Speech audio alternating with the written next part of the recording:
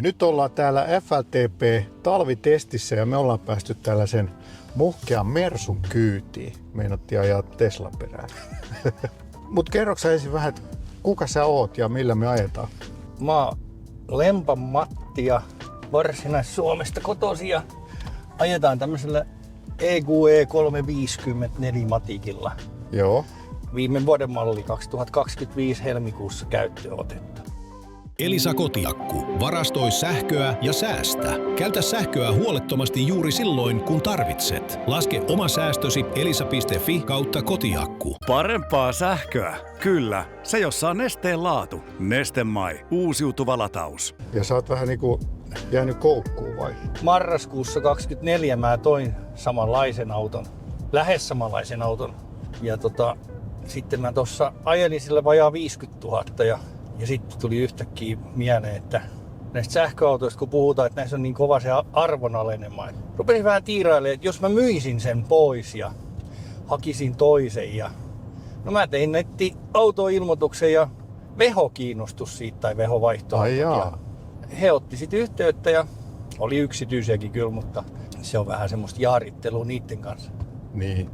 Lopulta sitten mä otin jo nettiautosta ilmoituksen poiskin, kun ei löytynyt Saksasta oikein sopivaa vaihdokkia, tai yksi oli, mutta se kerkisi menemään, ja mä etsisin semmoista, missä olisi suurin piirtein samat varusteet, mutta olisi ilman jousilla ja ilman niitä astinlautoja, ja ei semmoista tahtonut löytyä, ja sitten semmoinen löytys tuossa marraskuun loppupuolella, ja no Veho vielä halusi ostaa tän, ja ne tarjosi tästä mulle niin kuin periaatteessa, jos lasketaan kaikki tuontikulut ja renkaat ja talvirenkaat, mitä joutuisi ostaa silloin, niin semmoinen vajaa 8 tonnia alle sen, mitä mulla oli mennyt tähän tai siihen edelliseen rahaan. Ja siis 50 000 kilsaa sä olit ajanut? Joo, mä olin ajanut sillä niin, että mittarissa oli 48 000, mä olin ajanut sillä 44 000, 42 000 olin ajanut sillä. Joo.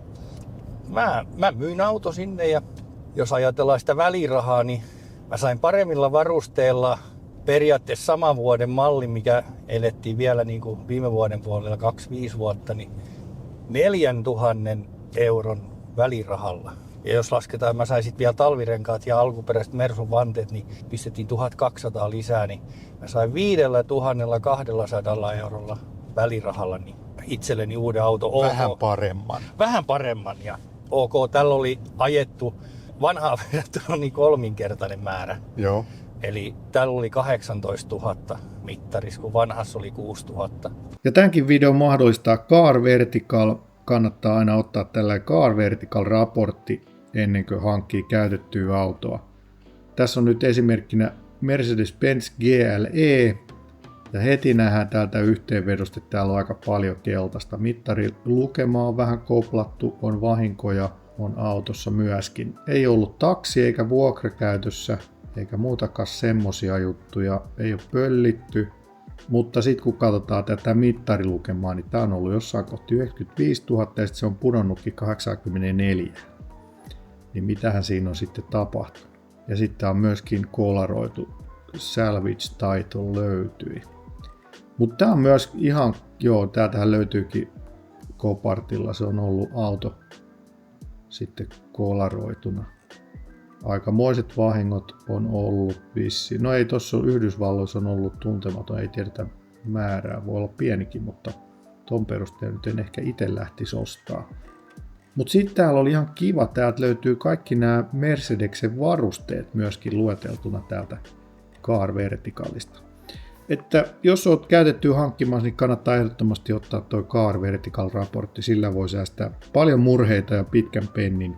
Niin se kannattaa ottaa etukäteen. Saat 20% alennusta koodilla BO, 3 O:ta, BOOO. Kuvauskentästä löytyy myös suora linkki siihen alennuskoodiin. Käy kattoo Car Vertical, niin ei tarvitse katua. Mutta siis onko tämäkin nyt siis semmoinen, se ekahan oli joku tehtaan henkilökunnalla ollut se. Eikä Saksassa, jos tämmöisiä EQ-eitä haetaan, mä hain tän itse, kun meni kuljetukset vähän mönkään, niin mä kävin tän ennen joulunpyhiä hakemassa, niin juttelin sen myyjän kanssa, niin pelkästään he on myynyt 300 Mersun tehtaan henkilökunnan autoa viime vuonna näitä EQ-malleja tai EQ-malleja.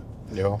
Ja niin Saksassa on vähän se tilanne, että nämä kalliit sähköautot, niin kyllä ne aika pitkälti tuntuu olevan vähän niin kuin jonkun yrityksen tai itse valmistajankin omistuksessa. Niitä on tosi paljon siellä myynnissä. Mutta eikö se ole jotain päästökauppaa tavallaan, että ne täytyy suosia niitä oman henkilökunnan keskuudessa näitä sähköautoja, että ne saisi enemmän niitä sähköautoja tilastollisesti myytyä, niin uskoisin näin. Ja sitten, ei tarvitse maksaa sakkoja niin paljon. Ja sitten se vielä on vauhdittanut Mersu niin kuin sitä uusien tai niin kuin näiden käytettyjen autojen kauppaa sillä takuukampanjalla, joka on edelleen voimassa. Että tähänkin sai taas vielä, vaikka tehdastakuuta vielä jäljellä, niin tähän sai kuitenkin vielä sen 60 kuukauden. Eli siis paljon tehdastakuu on? Se on vielä ensi vuoden Eli onko se 2 vuotta? Se on 2 vuotta. Ja sen päälle 5 vuotta? Joo. 7 vuotta? Ei, anteeksi. Mulla on tähän takuu nyt sitten 30, nyt en muista, kun ei ole papereita mukana, mutta olisiko vuoteen 30 on niin kuin takuu voimassa. No, mutta suunnilleen 5 vuotta. Niin, kyllä. Eli siis sä haet Saksasta käytetyn Mersun, jossa on parempi takuu kuin että sä ostasit uuden Mersun Suomesta. Kyllä, plus että tästä on sulannut ne kalliimmat eurot jo pois. Niin. Jos ajatellaan, että tämä auto lähtisi ostamaan, niin mä luulen, että oltaisiin siellä jossain Suomen hinnoissa niin 77 ja 80 000 paikkeilla. Niin käytettynä. Niin, nyt tän jos niin ostaisi. No mitäs tää uutena maksaa? Tämä maksaa uutena, niin olisiko ollut 116 000. Näillä varusteilla? Näillä varusteilla. Joo. Ja sä maksoit nyt 6. Mä maksoin tästä talvirenkailla ja vanteilla 66 200. Joo. Ne on ollut sitten Mersulle kalliita kilometrejä ne ekat, mutta... On ollut, että omistajana oli tosiaan Mercedes-Benz Stuttgart ja silti sanottiin, että tämä on ollut kuitenkin niin kuin henkilökunnan käytössä, että tähän nyt oli jostain syystä tullut kilometrejä enemmän kuin siihen edelliseen, mutta ei sillä nyt oikeasti mitään väliä. Ei ole. Ja kyllä mä jo vähän niin kuin, tää oli niin hyvä tai hyvä, mutta ne oli kauhean reilu olosia ja niin kuin toi talvirengaskauppa, vaikkei nämä nyt ihan niin pitävät talvirenkaat, nämä Bridgestonen Keski-Euroopan kitkat on, mutta kyllä ne nyt pärjää, kun ottaa iisisti, niin kaikki nämä kaupankäyntiin liittyvät jutut niin sujuisi aika mukavasti heidän kanssa. Ja kyllä me jo alustavasti vähän puhuttiin, että GLC EQ tuossa tulee myyntiin Q2, niin sitten ensi vuonna joskus vuoden päästä, niin riittää kun laittaa heille vaan speksit, että minkälaista autoa on etsimässä, niin he voi sen etsiä sitten valmiiksi ja vähän hintatoivetta ja näin poispäin. Niin. Ja se myyjä on siis Mercedes? Se on Mercedes. Ne myy uutta Mersua ja sitten käytettyä Mersua, eli he on Mercedes-kauppias, mutta he myy myös tää Guhne, niin heillä on myös Volkkari ja Audi. Okei. Siis mikä se on se myyjän nimi? Se on Guhne. Guhne GmbH. G-llä Guhne. Ei kun K:lla. Guhne. Ja niillä on 5-6 liikettä siinä vanhan Itä-Saksan puolella. Tämäkin on ollut valtion omistuksessa vuonna 1956 ja sitten kun Saksat yhdistys, niin sitten se on taas tullut tälle perheelle takaisin. Ja mistä sä näitä ilmoituksia oot katsonut? Ihan mobile.d:stä ja pistää sinne vaan vähän tietyt hakukriteerit. Niin joo. Kyllä no onko siinä joku tietty termi, jolla nämä tehtaan? No aika pitkälti ne autot, mihin luvataan se 60 kuukautta sitä takuuta, niin ne on aika pitkälti niitä tehtaan autoja. Okay. Näin mä oon sen ainakin ymmärtänyt. Ja tietenkin ensimmäiseksi katsoo sen, että ne on accident freetä ja sitten sen jälkeen katsoo, että siellä on se takuu. Se on kuitenkin sellainen, vaikka nytkin kun se myytiin tuo edellinen yritykselle, niin sehän raukeaa sitten siinä, että se koskee ainoastaan yksityisiä. Että sen puolesta tämmöinen auto, jos ajatellaan, että tämäkin on aika hintava, niin sitten jos tätä myisi niinku yksityiselle, niin se olisi niinku turvallisempi yksityisen ostaa tämmöinen auto. Kun se saa paremman takuun tätä mistään liikkeestä. Liike vastaa 6 kuukautta autosta suurin piirtein myynnin jälkeen. Ja tässä voi olla hyvästi vielä 2,5 vuotta, 3 vuotta takuuta. Joo. Mutta tietenkin tämän hintaluokan autoissa niin yksityisellä tulee aika herkästi se rahoitusongelma siihen. Niin, sepä se. Mutta kyllähän siihenkin nyt vaihtoehtoja taitaa löytyä nykyään, että yksityisellekin löytyy joku rahoitus. Kallis autohan tämä on, mutta sitten uusia samanhintaisia uusia autoja myydään Suomessa. Ja kyllä mun täytyy sanoa, että mä melkein ostan vuoden käytetyn alle 20 ajetun auton tämmöisen ja kun sitten uutta, että tämä on niinku, jos niinku rahaa ajatellaan ja mä ainakin kun mä yksityisenä henkilönä näitä joutuu ostamaan, ettei mikään yritys ole takana, niin sitä vähän joutuu ajattelemaan sitä arvon alenemaa. Kyllä. Aika kohtuullinen arvon alenema ja kulut kyllä sitten tässä. Miten sulla on kulutus ollut sitten? No, mähän olin sillä edellisellä kesätestiä tai kevät FLTP:ssä ja se oli kyllä ihan, silloin mentiin muistaakseni taajamassa niin joku 12,6 ja maantiellä mentiin niin, olikohan 16 ja moottoritiellä 23 ja nyt ollaan menty sitten moottoritie taisi olla 26 ja taajama oli 23 ja tästä tulee varmaan joku välimaasto siihen, että kyllähän tämä iso auto ja paljon lämmitettävää tätä hyttiä, niin kyllä se talvella haukkaa sen omansa, mutta en mä nyt, itsellä on ainakin se, että niin ne latausmahdollisuudet ja se päivittäinen suorite on semmoinen, että ei ole mitään merkitystä oikeastaan. Todella harvoin on merkitystä. Kun tänne FLTP:hen ajaa, niin silloin täytyy ladata. Niin, silloin täytyy ladata vähän etukäteen. Ja... No millaista se sun ajaminen sitten on, jos sä 50 tonnia vuodessa ajat? No mulla on sellainen, että mun työmatka mun toimipisteeseen on 55 kilometriä, sen mä joudun lähes joka päivä ajamaan. Siis yhteen suuntaan? Yhteen suuntaan, eli siitä tulee se reilu 100 jo päivässä. Ja sitten mulla on vaihtoehtoisesti toinen toimipiste, mikä on yli 100 kilometrin päässä yhteen suuntaan, eli siitä tulee pari sataa ja sitten välillä käydään tässä pääkaupunkiseudulla, niin sinne on taas se reilu 100. Niin semmoiset päivittäiset suoritteet aika pitkälti normipäivinä, niin ne on siellä alle 250. Niin ei oikeastaan mitään merkitystä, että mikä se niinku on se range siinä autossa. Sitten jos joutuu pidemmälle, joskus tosi harvoin, niin sit täytyy vähän suunnitella. Eikä se nyt just kun me tännekin tultiin, niin me oltiin tuossa Vantaalla tai lähes tässä Järvenpään puolella, niin oltiin latauksessa, niin juotiin kahvit siinä ja otettiin se 30-40% siinä aikana, vartti 20 minuuttia meni, niin ei se ihan kynnyskysymys ole kuitenkaan. Kyllä. Mutta mitä sä täällä pääset nyt sit? Paljon tässä on näillä keleillä ja nyt kun oli tuossa vähän kovemmatkin pakkaset, tää seisoo kyllä lämpimässä tallissa yöt, mutta kyllä se mun ajotyylillä, joka on moottoritiellä 110-115 talvikelillä ja sitten 130 varmaan kesäkelillä, mulla on suurin osa sitä moottoritieajoa, niin mä pääsen talvella sen 300 ja kesällä 400. Joo. Mut sitten kun malttaa ajaa vähän rauhallisemmin, niin sitten tietenkin pääsee varmasti paremmin. Paljon tässä on siis akkua? Tässä on nettokapasiteetti on 89. Joo. Ja olisiko se brutto jossain 94 paikkeilla. Joo. Ja onko näissä aina lämpöpumppu? Juu, tässä EQE:ssä on lämpöpumppu. Joo. Ja sitten ainakin Jessen mukaan, niin näissä pitäisi nyt sitten olla öljyjäähdytteiset moottoritkin. Okei, tää on uudempaa. Niin. Joo. Sen puolesta turvallinen valinta sitten käytettynä. Niin, kyllä. Sille seuraaville. Sille seuraaville, nimenomaan. Joo. Ja mullakin sitten niinku näistä latauksista, niin no nyt ladattiin pikalaturilla, mutta se oli Saksan reissun lisäksi ensimmäinen kerta. Se oli Suomessa varmaan toinen kerta nyt alta kuukauden, kun ladattiin pikalaturilla, että kaikki lataukset tehdään melkein tuolla AC:llä. Ja ainakin silloin joskus, kun mulla oli se Q4 ja mä tein siihen ton akkutestin ja se oli kuitenkin niinku 95 tonnia ajettu ja se näytti 100%. Niin kovasti se testaaja sanoi, että AC-lataaminen vaikuttaa. Joo. sen akun niin kuin kuntoon tai säilyvyyteen.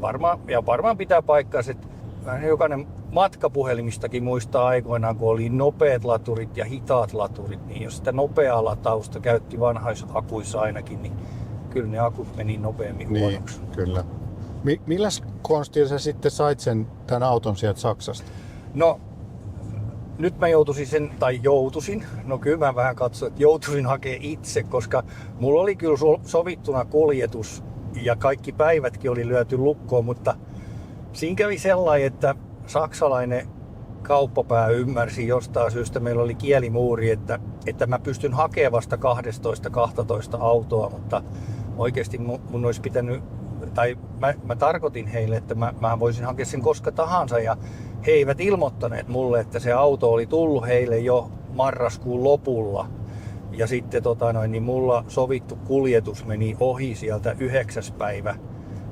päivä 12 ja sitten ennen joulua ei enää ollut muita kuljetuksia, niin mä halusin auton, se oli vähän niin kuin joululahja, niin halusin sitten auton jouluksi. Siis vaimolle joululahja. Nimenomaan. Joo, niin halusin auton jouluksi kotiin ja lähdettiin sitten kaverin kanssa hakemaan sitä 19. päivä joulukuuta ja oltiin sovittu kaikki niin, että mä oon tulossa silloin ja he oli sitten laittanut tähän Saksan sisäiset siirtokilvet paikalleen ja mä maksoin sen sitten sen 250 siitä ja sitten mulla oli sitten Suomen puoleen varten niin Suomen siirtokilvet taas hankittuna ja ne laitettiin sitten satamassa paikkaan. Kaiken kaikkiaan se hakkuuprosessi, niin nykypäivänä kun on netit ja on kaiken maailman ohjelmat, niin sä pystyt kaikki niin kuin aikatauluttaa junasta lähtien ja tietenkin lentokoneesta lähtien, niin mä ilmoitin niille viikkoa aikaisemmin, että mä oon perjantaina ennen kello 12 siellä liikkeessä ja mä olin perjantaina 19. päivä 11.40 siellä liikkeessä. Se niin kuin aika hyvin niin kuin tänä päivänä pystyy ne matkat etukäteen järjestämään ja liput hankkimaan. Missä päin Saksaa tää oli? Tää oli Leipzigistä 20 kilometriä alaspäin, eli semmoinen kuin Eula. Joo. Ja niillä on siinä pienellä alueella Leipzigin ympäri, niin siellä on periaatteessa 5 liikettä heillä, mitkä sitten myy uusia ja käytettyjä. Joo. Ja sitten olitte joskus sunnuntain kotona? Oltiin sunnuntaina, me tultiin Finlinesin laivalla ylitte, niin me oltiin sunnuntaina 10 jälkeen Suomessa Vuosaaressa. Ja joo. Reissu meni kyllä hyvin ja mulla oli tietenkin kaikki paperit ja käyttöluvat ja kaikki hankittuna etukäteen ja veropäätöskin oli vireillä, se ei ollut kyllä vielä tullut ja sitten tietenkin oli ne Suomen siirtokilvet paikallaan, kun ajettiin Suomen puolelle rantaan ja tulli tietenkin sitten pysäytti meidät, niin minä sain tullihenkilöltä tai naisihmiseltä oikein kehut, kun minulla oli yhdessä kansiossa kaikki auton paperit järjestyksessä. Mitä tahansa hän kysyi, niin mä pystyin hänelle antamaan. Niin hän antoi mulle niin ylimääräisen maininnan, että ei normaalisti ole kenelläkään paperit näin hyvät. Mun mielestä tämä on ihan tämmöinen perusjuttu. Että, niin. Mitä siitä tuli sit kuluja siitä hakemisesta? No, mä otin kaverin mukaan ja maksoi sen kulut, niin siitä tuli semmonen, niin vähän rokotti siitä laivapaikasta, kun se oli sellainen aika, että se oli niin lähellä joulua, niin se oli 795 € se auto ja laiva ja hytti, niin se olisi ollut aikaisemmin mentynä, niin se olisi ollut 400. Okay. Mutta se laiva oli täynnä niin kuin siviileitä tämmöisiä, jotka tuli jouluviettoon, saksalais-suomalaisia pariskuntia, niin totta kai ne oli sitten laivayhtiökin tietenkin näissä sesonkin aikana, niin sitten vähän hinnoitellaankin se sesonkin mukaan. Niin.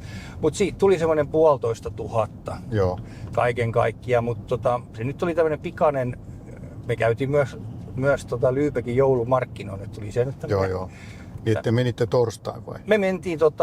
Me mentiin perjantaina. Ai perjantaina. Ja sitten perjantai yönä lähti jo, tai lauantai aamuyöstä lähti laiva sitten Travemündestä jo. Joo. Niin Suomeen kohde, mutta siinä oli hyvä aika, kun me tultiin Traveen tai Lübeckiin, niin meillä oli vissiin 4 tuntia siinä aikaa, niin Lübeckissä sitten pyörähdettiin. Eli 3 päivää, jos varaa. 3 päivää siinä menee, joo. Että kyllä se, jos ajatellaan, että edellisen auton toi rekka, eli tämä Classic Trans, joka ajelee sieltä Keski-Euroopasta paljon niin autoja Suomeen ja Etelä-Euroopastakin, niin he velotti siitä muistaakseni 1700. Joo, suunnilleen samoihin. Suunnilleen samoihin mennään. Ja kyllä se kaverin kanssa on kivempi mennä sinne kuin Niin on. ihan yksin. Saa pienen elämysmatkan sitten Kyllä. siitä. Ja täytyy sanoa, että Saksassa niin kyllä se julkinen liikenne, niin kuin varsinkin se junapuoli, niin se toimii kyllä hienosti. Joo, Oli se niin kuin kokemus, että ei se nyt voi sen näinkin tehdä, että hakee sen itse. niin, kyllä. Miten se rahojen siirto tapahtui sitten? Ihan Tilisiirto vaan? tilisiirto. Pitikö se olla ennen kuin sä sait avaimet? Joo, kyllä. Joo. Mut kyllä Missä vaiheessa sen maksoit? mä Silloin perjantai mä vai olin maksanut sen jo etukäteen? vissiin 2 viikkoa aikaisemmin.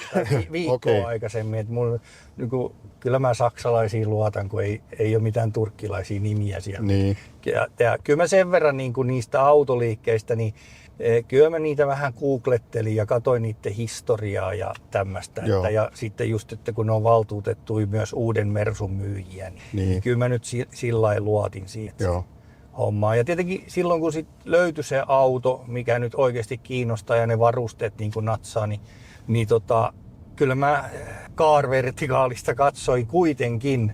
joo, Ja täytyy sanoa, että siinä oli muutama uusi ominaisuus taas vuoteen tullut lisää. Eli Car Verticalista näkyisi tämän auton kaikki varusteet. Okei, sehän on joka hyvä. ainoa varuste, mikä on niin sanottu tehdasraksittu varuste, niin se näkyy myös sieltä Car Verticalista. Se oli mun mielestä niin kuin aika kiva juttu.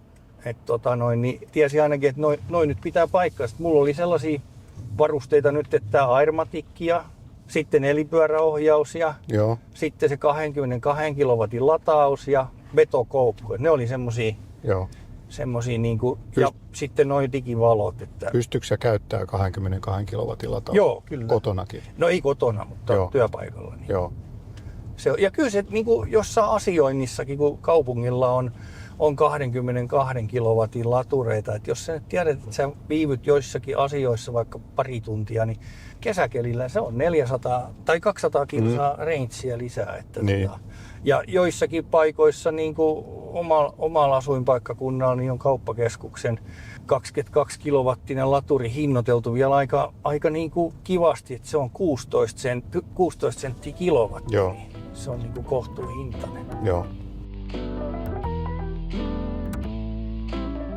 No, jos koettaisiin niinku kiteyttää sellaiset muistisäännöt tai vinkit, jos haluaisi tällaisen vastaavanlaisen Mersu hakea Saksasta, niin mitä kannattaisi ottaa huomioon? No ensin se ilmoituksista, kun siellä mobile.d:ssä on se, että se on accident free, koska ne on määrätty, että niiden pitää se ilmoittaa, jos ne sen tietää. Joo, Niin se on tärkeä. No sitten se takuu, että luvataan se 60 kuukauden takuu, mikä nyt ainakin tällä hetkellä on vielä voimassa. Enkä mä usko, että se sieltä sähköautojen osalta mihinkään poistuu. ja onko se 60 kuukautta siitä, kun se on, siitä, kun se- uudesta vai siitä, kun sä saat sen? Siitä, kun mä sainaan sen kauppakirjan Okei, ja se sopimus lähtee voimaan, niin esimerkiksi mä oon sainannut tämän kauppakirjan muistaakseni 12. päivä ja pistänyt sen menemään Saksaan, niin tässä on takuu. Se Jungesterne on astunut voimaan 12. päivä 12. 2025. joo, ja siitä 60 kuukautta. Kyllä. Okei, Niin ne on oikeastaan. Ja sitten varmasti mut uskoisin, että nämä kaikki autot, mitkä nyt myydään niin sanotusti, että ne on ollut Mersun tehtaan väen käytössä tai työsuhdeautoja Mersulla, niin epäilisin, että ne on kaikki, jotka niitä jälleen myy, niin ne on Mersun kumppaneita, eli Niin, Mersun kyllä. myyntiä. Eli tarkoitan vaan sitä, että mitä isompi liike on takana tai tämmöinen, että on tämmöinen tunnettavuus, ettei nyt sitten ketään lähdetä sit huijaamaan, mutta en usko, että sieltä nyt ihan semmosia kyllä löytyy. Et mulla on nyt kahden auton, olen mä nyt useammankin, olen yhden Bemarinkin tuonut sieltä ja mun on 2 Mersun kokemus ainakin, että on ihan, en ole kokenut, että olisin tullut huijatuksi. aivan. Päinvastoin, että tietyllä tavalla, varsinkin kun mentiin sinne paikan päälle, niin kyllä ne aika hyvin kohteli siellä. Niin. Ja sitten auto oli ajettu heidän siihen päähalliin keskelle lattiaa ja se oli pestynä ja kiillotettuna ja kaikki oli viimeisen päälle. Että Joo, kyllä mä niinku katoin, että he piti mua niin kuin tärkeänä asiakkaana ja niin poispäin. Että kyllä niin kuin hyvän kokemuksen sain. Joo. Ja sai vähän lahjojakin, että jonkun kylmälauku ja jotain muuta. Pyysin kyllä Mersun talvitakkiin, mutta sellaista heillä ei ollut. Okei. Mutta oikeastaan ne on tärkeimmät, että se on, ja kyllä se Car Vertical ei se huono ole. Kyllä se kannattaa, joka tapauksessa kannattaa ottaa. Se maksaa 25 € kerta ja niihin saa kaiken näköisiä alennuksiakin. Niitä on YouTube täynnä kaikki alennuskoodeja, niin se on pikkurahan näissä summissa sitten taas maksaa, että saa aika hyvän varmuuden siitä auton historiasta. Joo. Se myyntiliike, kun on tarpeen kokoinen ja autossa on luvattuna tämmöinen takuu ja auto on kolarivapaa, siellä voi olla, on ollutkin 60 kuukauden takuita ja mersuja ja sitten se ei olekaan ollut accident free ja siellä voi olla sitten yksinkertaisena, että joku ovi on vaikka maalattu, siinä on ollut joku naarmu tai joku ja se on merkattu, että se on niinku korjattu. Niin. Joo. Koska kyllä se jälleenmyyntiä täällä Suomessa helpottaa aika paljon, kun sulla on sellainen auto, mitä ei ole niinku kolaroitu Joo, kyllä. tai mitenkään muutenkaan kaltoin kohdeltu. Joo. Eli nyt varmaan sulle voi laittaa sähköpostia, jos haluaa vuoden päästä tästä hyvän auton edullisesti. Niin. Kyllä. Vähän reilu vuoden päästä. Niin. Sitten kun GLC EQ on semmoinen reilu vuoden vanha, jos se nyt tuossa huhti-toukokuussa tulee myyntiin, niin sitten varmaan niillä ajoilla. Joo. Mutta jos haluat niinku Saksasta vähän ajetun, pikkusen käytetyn, puoleen hintaa Mersun 60 kuukauden takuulla, niin tässä on hyvä vaihtoehto. On kyllä. Ja eikä niitä kannata. Se on mun mielestä ok, ensimmäinen kerta on joka asiassa niin semmoinen, että se mietityttää, mutta sanotaan, että auton ostaminen Saksasta nykypäivän kaikilla digivälineillä, niin se on lähes sama kuin se nostaisi Suomesta. Joo, kyllä.